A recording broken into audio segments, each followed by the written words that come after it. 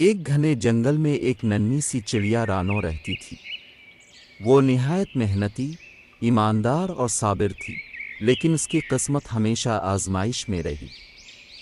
رانو کا گھونسلہ ایک پرانے درخت پر تھا، جہاں وہ اپنی زندگی کی مشکلات سے نبرد آزما رہتی۔ جنگل میں دانہ دن کا تلاش کرنا آسان نہ تھا، اور اکثر اسے بھوکا سونا پڑتا۔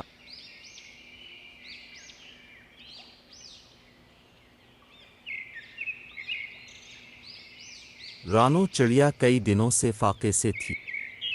ایک دن اس نے فیصلہ کیا کہ وہ کسی کے گھر نوکری کرے گی تاکہ اس کا پیٹ بھرا رہے۔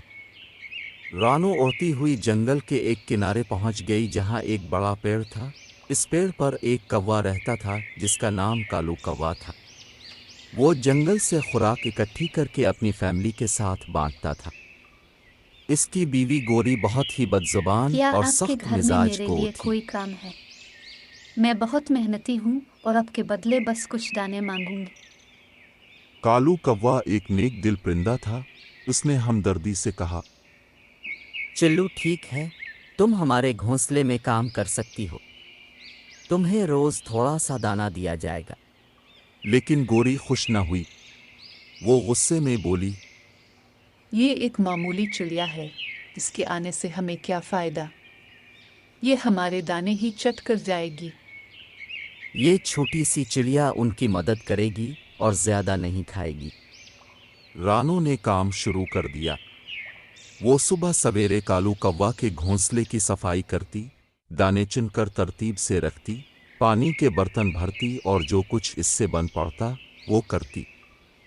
لیکن گوری کا دل بہت سخت تھا۔ وہ ہر وقت رانو کو ڈانٹتی، برا بھلا کہتی اور بعض اوقات اسے بھوکا ہی سلا دیتی۔ کئی دنوں تک رانو نے صبر کیا، لیکن گوری کا رویہ اور بگڑتا گیا۔ وہ نہ صرف رانو سے زیادہ کام کرواتی بلکہ اسے کھانے کے لیے صرف چند ٹوٹے ہوئے دانے دیتی۔ ایک دن رانو بہت کمزور ہو چکی تھی۔ وہ سوچنے لگی، کیا غربت کا مطلب یہی ہے کہ کوئی بھی کمزور کو ظلم کا نشانہ بنائے؟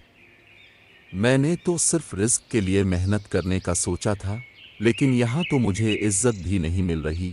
اسی دوران کالو کوا کی بیٹی چیکی نے رانو کو دیکھا کہ وہ بہت کمزور ہو چکی۔ چیکی ایک رحم دل ننھی کو تھی۔ اس نے اپنی ماں سے کہا، ماں، یہ چڑیا بہت کمزور ہو گئی ہے، اس پر رحم کریں اور اسے کھانے کے لیے کچھ اچھا دیں۔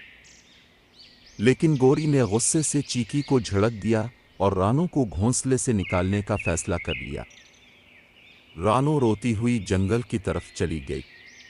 اس کا دل بہت دکھا ہوا تھا، لیکن اس نے ہار نہ مانی۔